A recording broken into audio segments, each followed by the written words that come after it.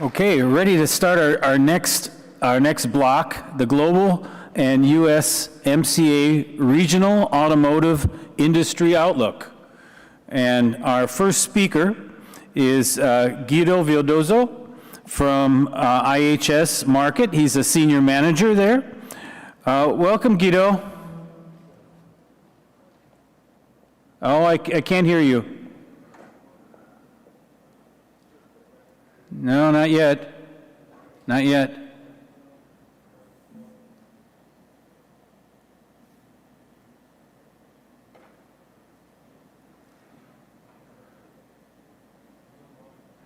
Try now, Guido. Does that work now? Oh, yeah. Excellent. Perfect. So I have to swap out of the headset into using the computer, which is always an issue, but we'll go with what we have. Thank you, Bruce. You sound great. You sound great. Excellent. So good afternoon, everyone. Sorry I can't join you guys. I just watching some of the presentations this morning. The material and the quality of the people is superb. I'm very impressed with what we have, and wish I could have joined you guys down there in person, but. A warm regard from Boston. Abrazo fuerte para todos, those of you speaking Spanish. I want to give a shout out first to Mexico Now for allowing us the honor of continuing to present our forecast, our vision on what we think is about to happen with the automotive industry. A big thank you to Mr. Sergio Ornelas, and particularly Juan, who as always is a man running the show behind the scenes.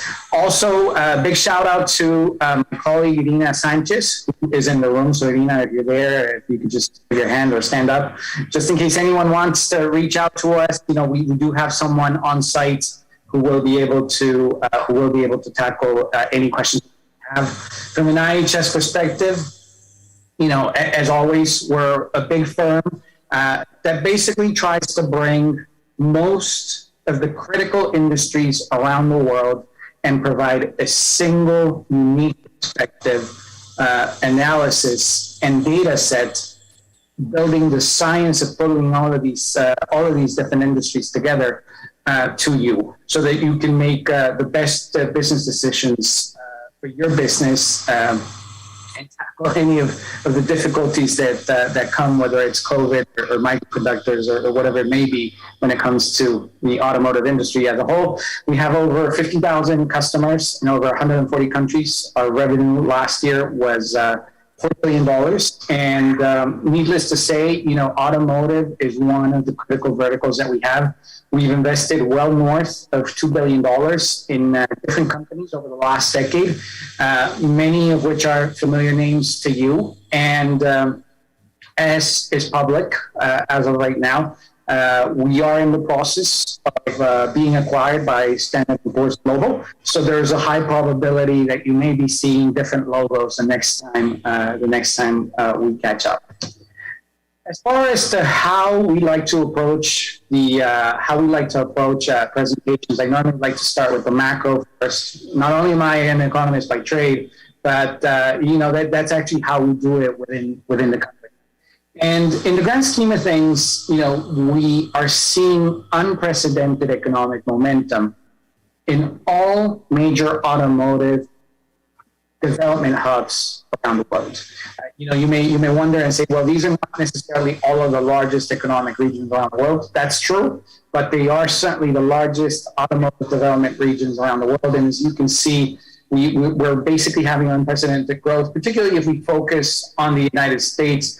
5.7%. That's nearly the same momentum that China would normally have. So unheard of for the US. And we anticipate that this is obviously going to extend itself into 2022. The downfall to all of this economic momentum is, of course, we're seeing significant inflationary pressures across the world. And we didn't want to focus on the US particularly. We just want to highlight that, wherever you look at throughout the world, inflation is picking up. And this, of course, is due to two reasons. Number one, the ramp up for demand has been a lot quicker than what we expected it to be on the one hand. And then also, of course, we still have border restrictions around the world as a result of COVID. So between not having enough people to do stuff, which you've heard repeatedly throughout the day, as well as some borders being closed, or the capability of moving around is not as easy as it was back in 2009. So that's presenting a challenge. The good news, though, is unemployment is starting to come down wherever we see it around the world. So at least from a macro standpoint, because there's always a concern of, will we have enough customers for product? The economic side won't be a challenge at all. So with that, I'll transition out of economics and start to focus on what we see happening from a sales perspective, and then obviously address a little bit in regards to what we're seeing from a production standpoint. And as we look at the industry, this is how we expect it to grow at the beginning of the year. And if you take a look at this chart, most regions around the world were double digits. And we were fairly optimistic of the momentum that we were going to carry into 2021. However, the reality has been different. The value chain has suffered a lot. You guys know this better than me, anyone in auto parts. And we've run out of inventory, essentially. So that is resulting in heavily revised outlooks across the world. And these revisions are not only something that we're implementing for 2021, but we're also implementing for 2022. And essentially, in the month of September, we went through a major revision where we essentially took out roughly about 10 million units out of production over the next 18 months. Why is this critical to the automotive industry? Because we've gone from saying, well, if you look at the economic indicators, 6% GDP in the US is going to translate into X or Y volume. That is no longer the case. It's anything that we can build will basically be able to provide the momentum that we are going to see from a sales perspective. And because we can't build a lot, you've heard this time and time again throughout the presentations today, we have bottleneck issues when it comes to components, particularly semiconductors. We will marginally grow next year. And as far as to when we see this recovery taking place, sometime in the second half of next year means more product availability, but it doesn't necessarily mean a significant bump when it comes to product availability. As far as U.S. sales is concerned, and obviously this is the most important market to us, when we start to look at it from a Mexico perspective, U.S. light vehicle sales are essentially going to be flat next year. And we'll probably wrap up, and I say probably because we have to see how we play out December from a seasonality standpoint. December has historically been a strong month when it comes to sales, and we think that there will be enough product available. But we're also hearing from some OEMs that this momentum of roughly about 1 million units per month may be carried into December. So if that is the case, this forecast would probably be closer down to 15.3, 15.2 million units because we are capacity constrained. Now, if you translate that into a SAR rate for the month of December, that would be roughly 9 million units. So don't be scared, if this does happen and it comes around. As of right now, we think that with the seasonality change, historically, Canada slows down in December. Europe also tends to slow down from an automotive perspective in December. We think there should be enough product availability for the month of December to be able to have quasi-normal business. But it's important to mention that if we keep this momentum of 1 million units, then obviously that may petrify some people as we start to look at things. Now, looking back at 2021, we started the year with an outlook of roughly about 84 million from a production standpoint. And the semiconductor impact has been roughly about 10.5 million units. So this has been significant. And we've been able to offset some of that, based upon overtime, based upon getting creative with how we were going to do the packaging of the vehicles and inventory that we had sitting around, component inventory that we have sitting around. But nonetheless, it's translating into roughly about 76 million units, or what we expect to be 76 million units from a production standpoint for this year. Now, if you break that down into the different regions, needless to say, we're looking at another subpar year from a production standpoint for 2022. We anticipate that North America will see a build rate of roughly about 15 million units. We're closer to the pessimistic scenario, as you can see right here. Most of the OEMs, and we wanted to feature this, the optimistic outlook. Most of the OEMs are really ramping up in this direction. But as mentioned before, we have a challenge when it comes to semiconductors. So we're leaning closer to where the pessimistic outlook is, not only because of the fact that we're constrained on semiconductors, but we have packaging issues on raw materials, some of them being some semiconductors in Southeast Asia, which are critical to many OEMs around the world. And as COVID or the Delta variant spreads around Southeast Asia, we have those components being held back. From our personal experience that we've seen around the world, it takes about 6 to 8 months to normalize or out a situation like that. So we don't see these operations coming into the pipeline until the first quarter of next year, which means that until it actually hits plants, it probably won't be the second half.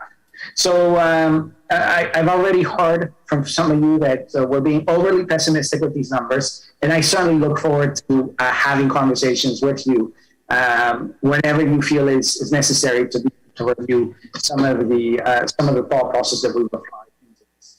As far as to the adjustment that we've made, and we call this the Great Reset, because we're resetting our methodology out of having a forecast that is demand-driven to having a forecast that is primarily products-driven, meaning whatever is available, whatever comes in from production is what we can sell. It's not necessarily what customers want. So as a result of this great resets that we've had to implement, we've removed roughly about 2 million units out of production in our September forecast, and some of that volume has come out of 2023. So yes, we anticipate that we will start to see some degree of normality coming into the second half of next year. But by no means is this going to be a quick recovery at all. As far as semiconductors is concerned, why did we miss this? Why was it not more obvious before? Because when we deal with some of the providers, or some of the tier twos or tier ones that are involved in this, they outsource as well. So just like the OEMs outsource some of their components, these guys also outsource. And it just turns out to be that over 70% of the volume is outsourced to one particular company that, has really invested most of their money in chips that are probably too small for the automotive industry. These are chips that were focused on cell phones, laptops, and so on and so forth, getting ready for 5G. But the automotive industry uses chips that are much, much bigger. They're a little older too. So needless to say, this capacity crunch has been an issue. If you think about Taiwan Semiconductor, automotive is less than 10% of their overall business. So needless to say, that's how this issue comes around. We're thinking about all of these guys, and we think we have it safe. These guys have multi-month or multi-year contracts with the OEMs, but some of these guys actually have a 6-week contract out with Taiwan Superconductor, which is creating some of the challenges that we presently see today. So let's bring that down into the North America spectrum. And needless to say, we've spoken a little bit about the overall number that we're envisioning for next year, 15.2 million units.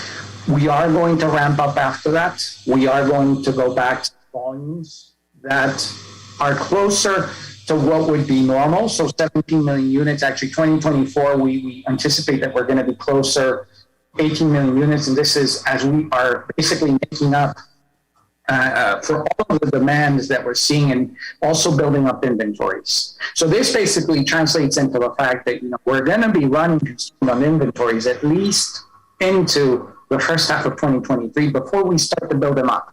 That's not even before we normalize. That's before we start to build them up. So think about the fact that pre-COVID, average inventory volumes in the U.S. would have normally been around 3.2 to 3.5 million units. Today, they're less than 900,000 units. So needless to say, anything that you can find is really whatever is either on a railway, on a truck, or about to come to the dealer.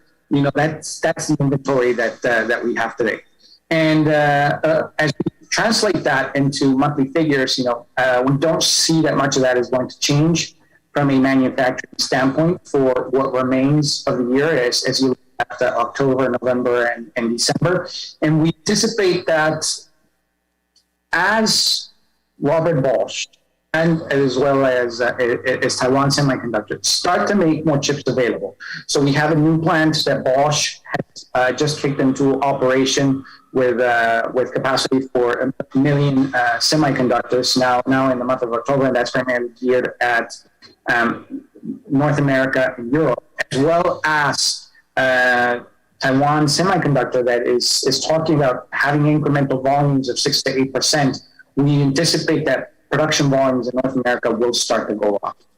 But if you look at the volumes where we were at back in 2020, you know, we will still be below those monthly volumes in 2022. So the challenges are still there, and because we've now moved to just in time, if anything else goes wrong, and we can't really anticipate what could come around, you know, think about the winter storm that we had in Texas this past year, or anything else along those lines, that obviously we're in for a tighter punch. Because as of right now, like I said, inventory is really what's on a railway, what's on a truck. It's not really sitting around in showrooms anymore. As if that were not enough, we obviously have a few more challenges to deal with. And one of them, of course, being the release and launch of all of these BEVs, or battery electric vehicles, that are going to be coming in over the next few years. We have roughly about 11 coming into the pipeline next year. But over the next 5 to 6 years, we're going to see about 240 new launches within North America. So not only are we dealing with a capacity constraint and bottleneck issues, we've heard time and time again about what's happening at the ports and the lack of resources, but we're also changing the dynamics of the industry during this cycle. So needless to say, it's a challenge, and it's going to be busy for us for the foreseeable future. Also, to add on to that, you know, we are going to go through a revision of emissions legislation in the U.S.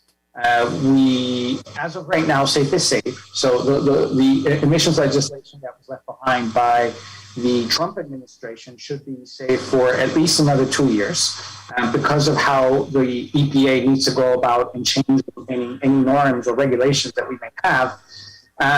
But, you know, we have a presidential election in 2024, and we may have a different direction coming to 2025. Meaning that this is why, as you look back at the recent announcements, President Biden has signaled that he wants to take the industry to at least 40 to 50% ZEV, and that's a combination of BEV, fuel cell, as well as plug-in hybrid by 2030. But needless to say, you know, that hint or that executive order that was just announced on the 5th of August could actually be derailed if we have a new president come in 2025. As far as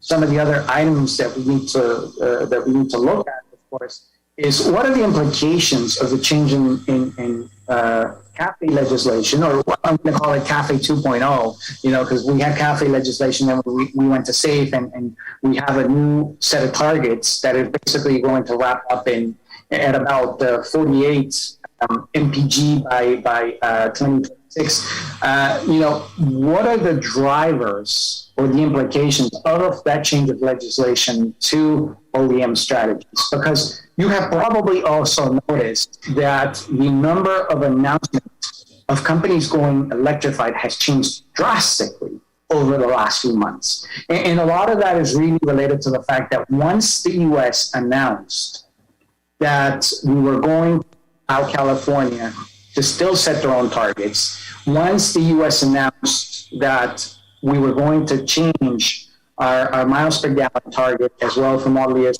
24, 25, and 26, we knew that the critical mass, globally speaking, was too substantial for any OEM to not have to invest in electrified vehicles. So if you look at this global chart, and this really reflects to 2019, and you may wonder, well, why not 2020? 2020 is a highly typical year. You know, we had COVID, so it's not a reference here.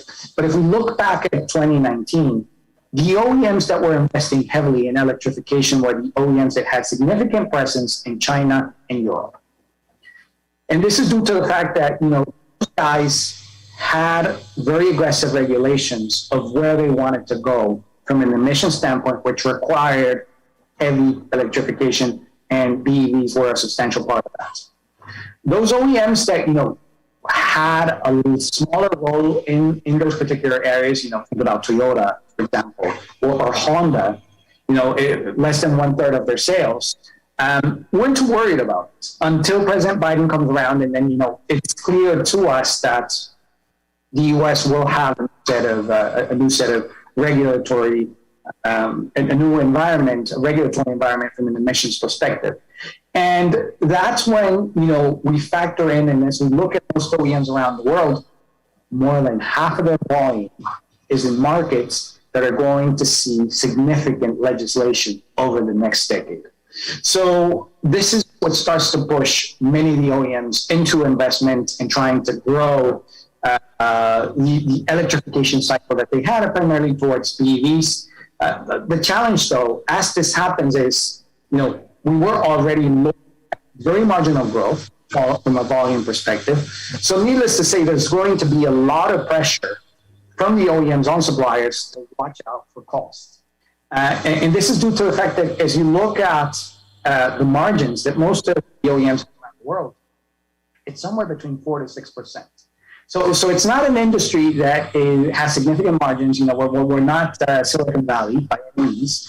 So this continues to add onto the pressure that we're going to see around the world. Now, how does that translate into the world of suppliers? Well, what you're going to see is economies of scale.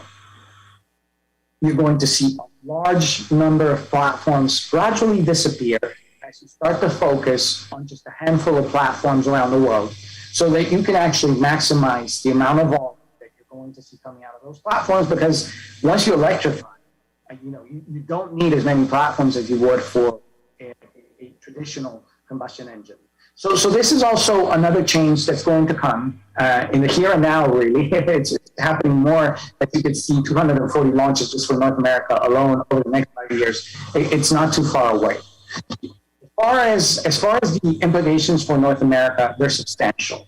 And this is not only, you know, up to this point, most of the assumption has been, well, this is really a business where the premium OEMs are going to be focused on. Think about Daimler, think about BMW, VW with Audi, but it's going to be everywhere. And if you ask us where we see electric vehicles, battery electric vehicles falling from a sales perspective in 2030, we think that roughly about 1/3 of U.S. vehicle sales are going to be battery electric vehicles. So you have to build up to that. And this is why you're going to see that most OEMs around North America are going to ramp up their volumes very, very quickly. This also means that we are peaking right now as far as internal combustion engine vehicles is concerned. And we're going to see a downward trend in North America as we progress over the next few years with the increasing amount of BEVs that we're going to see. Now, that doesn't necessarily mean that you have to run out and say, well, it's time for me to move in to the BEV business. Because if you look at the average volume of a traditional internal combustion engine vehicle, you know, it's been somewhere between 80 to 100. That's, at least for North America, that's if you bid on any RFQ, you're going to get about 500,000 units, 400,000 units. That's not the case for everyone, but on average, that's what you're going to get back. So you know how that business works. The problem is, this is a new business that we're coming into. So as of right now, what we have seen, and there's really one OEM that is supplying in large numbers, or one OEM building these in large numbers, and that's Tesla. But as we start to see that, we're going to see a large number of cars come into the pipeline, then of course, what will happen is that the average volume per product or per program code is actually going to be lower than what we're used to. So, needless to say, it's going to be rocky. It's going to be rocky for quite some time. We're going to have to deal with the semiconductor challenge initially, and then of course we will have to deal with electrification and the changes that is going to represent into our business. And that's outside of any of the other topics that were discussed today, whether it be politics, labor cost, and so on and so forth. So needless to say, the next decade is going to be big. It's going to be entertaining. I hope I haven't scared you. Again, I look forward to the engagement that we may have again in the future. I certainly look forward to meeting up with you in person next time around. And if you need to reach us, these are our contact emails and numbers. And as mentioned before, my colleague Irina should be on the ground, so she can also address any particular questions that you may have. With that, Bruce, I want to toss it back to you. I'm 2 minutes ahead of schedule here. Not sure if we have any Q&A or if you're jumping directly to presenting itself. Thanks, Guido. We have some questions for you. We actually are walking around. Vicky is walking around with the QR code. If you want to ask a question of Guido, feel free to do that. It'll show up on my iPad here. But I have questions, of course. Guido, when you're looking at 15.5 for 2021, that's, again, all of North America, right?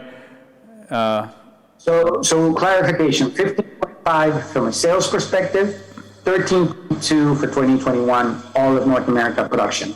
The 15.2 that we see for next year is North America production.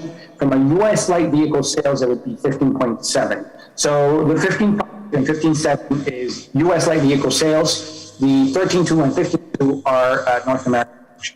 What do you see as the U.S. sales for 2021? 15.5 is what we see right now, but it depends on December. As mentioned before, we could come as low as 2.2. Yeah, it's usually this is actually I thought the numbers I've been reading were a little more pessimistic for this year. Do you consider yourself a little more optimistic than pessimistic for the rest of the year? Let's not forget about the fact that with an average transaction price of about $44,000, U.S. light vehicle production is a major priority for the automotive industry. GM has already announced that all of their plants are coming back into operation now over the next week or so.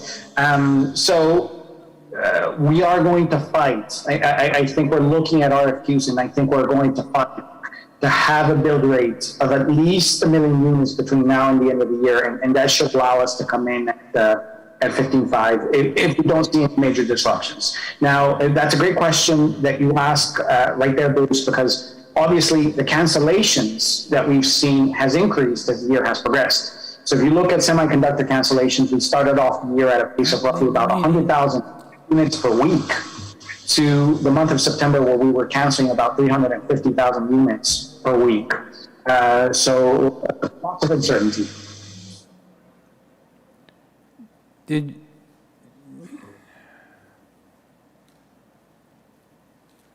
you just cut him off? They may have.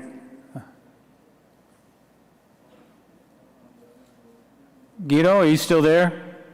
Yes, Bruce. Okay, very good. I lost your picture here, so I thought you were gone. A question for you. Can someone in the audience is interested in getting a copy of your presentation? Lots of numbers I'd like to spend more time on. Part of it will be available, obviously. There are some slides that we can't publicly share. Those are constrained to clients only, but I will share, the part that we can share, I will happily share with the Mexico Now team so that it becomes available later. Okay, thank you. For your EV models EV models graph, how are you counting, how is a model counted? Is a Chevy Bolt counted as for example, a new model if it's being redesigned? Yeah, that's a great question. So when you look at the North America slide, in particular, we have roughly about 80 different models. And 80 means all new plates, of which, of course, Bolt, any new iteration of Bolt would go into that number. If you look at 240 new models, which is what we're seeing initially, that may include, for example, some sort of derivative such as a BMW X5 EV. So a great question because, you can tackle it from two perspectives, but dedicated nameplates, we're anticipating that they're going to be north of 80. Okay. Not related to your slides, but kind of your own perspective. What do you see as the tipping point where the manufacturers really start saying, we're not going to put any more money into developing gas engines, we're putting it all into EVs? What would be the tipping point for you? That tipping point is, there's very limited investment going into the development of new EV families, particularly for the Northern Hemisphere. So we're still seeing some evolution of powertrain, traditional internal combustion powertrain for emerging markets, but there's certainly no investment. It's not happening anymore when it comes to, outside of select cases like Mazda, for example, where they're about to release a new 6-in-line family. Most other OEMs are allocating all of the money into EVs and then AVs. So there's about $400 billion of investment coming into electrification as we speak. So there's not a lot of money left for combustion engine development. Okay, all right, very good. That's all the questions I have for you today, Guido. Thank you very much for your presentation, as usual. Thank you, Bruce. Thank you, everyone. God bless, and look forward to seeing you again in person next time. Take care now. Bye. All right, take care.